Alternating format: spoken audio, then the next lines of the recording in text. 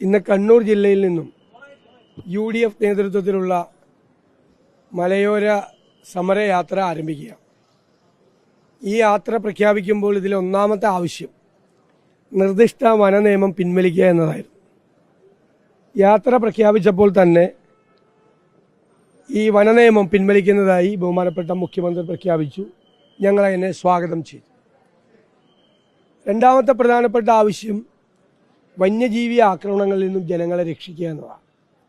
നമുക്ക് എല്ലാവർക്കും അറിയാം, സർക്കാർ വലിയ ലാഘവത്വത്തോടു കൂടിയാണ് ഇതിനോട് പെരുമാറുന്നത്. കഴിഞ്ഞ 6-7 വർഷങ്ങൾക്കിടയിൽ 60,000-ഓളം വന്യജീവി ആക്രമണങ്ങളാണ് ഉണ്ടായത്. 1000-ലധികം പേർ കൊല ചെയ്യപ്പെട്ടു. 8,000-ലധികം പേർ ഗുരുതരമായ പരിക്കുകൾ പറ്റി. 5,000-ലധികം കന്നുകാലികളെ കൊന്നു. 10,000-കണക്കിന് ഹെക്ടർ സ്ഥലത്തെ കൃഷി മുഴുവൻ നാശമായി. ഭീതിയിലാണ് ജനങ്ങൾ, മലയോരത്തെ ജനങ്ങൾ. തിരുവനന്തപുരം വരെ, കണ്ണൂർ കാസർഗോഡ് നിന്ന് തിരുവനന്തപുരം വരെ പശ്ചിമഘട്ട മലനിരകളോട് വനാതിർത്തിയോട് ചേർന്ന് കിടക്കുന്ന ലക്ഷക്കണക്കിന് കുടുംബങ്ങൾ ഭീതിയിലാണ്. ഒരു പ്രദേശത്ത് 4-5 കടുവകൾ ഒരുമിച്ചിറങ്ങാണ്. കുട്ടികളെ സ്കൂളിൽ വിടാൻ പറ്റുന്നില്ല. പശുവിനെ കറന്ന ജീവിക്കുന്നത്, കൃഷി മുഴുവൻ നശിച്ചു. പുല്ല് പറിക്കാൻ പോകാൻ പറ്റുന്നില്ല. ഉപജീവന മാർഗമായ പശുവിനെയും ആടിനെയും കൊന്നു തിന്നാണ്. ആശുപത്രിയിൽ പോകാൻ പറ്റുന്നില്ല, പുറത്തിറങ്ങാൻ പറ്റുന്നില്ല. ഇന്നലെ തന്നെ 48 വയസ്സുകാരിയെ കടുവ കടിച്ചു വന്നപ്പോൾ തലയുടെ ഭാഗം ഉണ്ടായിരുന്നില്ല, തലയുണ്ടായിരുന്നില്ല. ക്രൂരമായ കൊലപാതകങ്ങളാണ്. ആന ചവിട്ടിക്കൊല്ലുകയാണ്.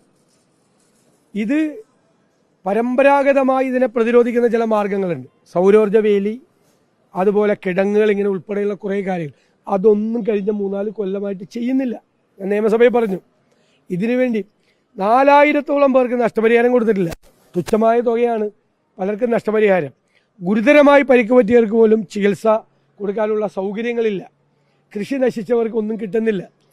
അപ്പം ഇത് ഒരു പട്ടിണിയിലേക്ക് പോവുകയാണ്. ഭീതിയും പട്ടിണിയുമാണ് ഈ പ്രദേശത്ത്. അതിന് പരിഹാരം ഉണ്ടാക്കണം. 3, കാർഷിക മേഖല തകർന്നു. വിലയിടിവാണ്.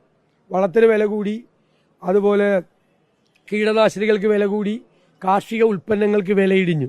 ഒരു സപ്പോർട്ടും ഇല്ല. 2 ഗവൺമെൻറ് ഭാഗത്തുനിന്നുമില്ല. കേന്ദ്ര ഗവൺമെൻറ്റും വൈൽഡ് ലൈഫ് ആക്റ്റിൽ ഭേദഗതി വരുത്തണം. അതുപോലെ ബഫർ സോൺ പ്രശ്നം.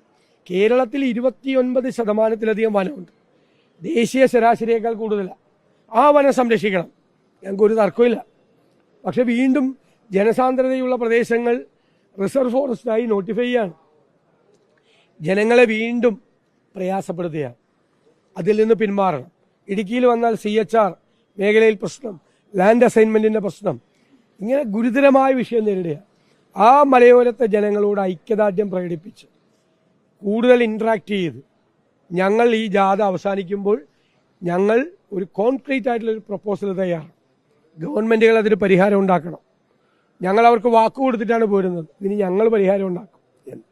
അപ്പോൾ സാധാരണ രാഷ്ട്രീയ ജാഥകൾ നടത്തുന്നതിൽ നിന്ന് വ്യത്യസ്തമായി ഒരു പ്രദേശത്തെ, ഒരു മേഖലയിൽ ജീവിക്കുന്ന, കുറ്റിയറ്റുപോയിക്കൊണ്ടിരിക്കുന്ന ഒരു വംശത്തെ ചേർത്ത് നിർത്തുന്ന, ഒരു ജനപദത്തെ ചേർത്ത് നിർത്തുന്നതിന് വേണ്ടിയിട്ടുള്ള യാത്രയാണ് മലയോര സമര യാത്ര. ഇതിനെല്ലാവരുടെയും പിന്തുണ ഞാൻ അഭ്യർത്ഥിക്കുന്നു.